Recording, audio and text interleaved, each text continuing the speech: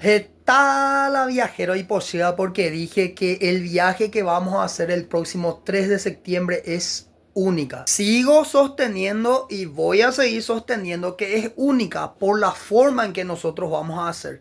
Primero, nosotros no vamos a llevar carro de apoyo. Nosotros tenemos que llevar los combustibles, agua, herramientas, ropa, herea. Y sumarle a eso que yo voy entre dos en una moto. También hoy la línea ya no está como años anteriores cuando la gente se iba y la línea estaba relativamente abierta y limpia.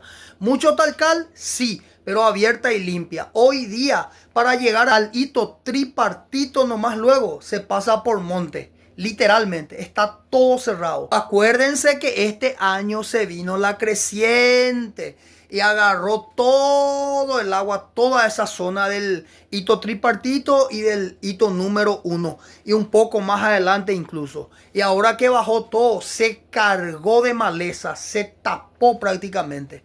Y también hay arbustos por partes que ya cerró la línea. También lo que estamos buscando es hacer la ruta antes de llegar a la línea fronteriza entre Paraguay y Bolivia, hacer las rutas más fronteriza posible, porque allá, zona Margariño, hay varias líneas que vos podés agarrar en forma recta de repente una línea y te vas directo y haces que el camino sea más fácil. Nosotros no, vamos a estar cruzando por propiedades privadas y vamos a hacer las rutas más fronterizas posibles, las que más se acercan a la costa con Argentina. Y hablando del hito 5 para arriba, ni hablar. Ore con Daroicuay, Niro ya popada va la línea y no, ojalá que lleguemos hasta el 10, pero se ve que va a ser difícil el viaje.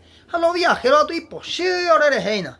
Y a los seguidores que siempre acompañan a Yaha Paraguay, les digo que se preparen porque el viaje que se viene es único. El próximo 3 de septiembre salimos para cazar los hitos.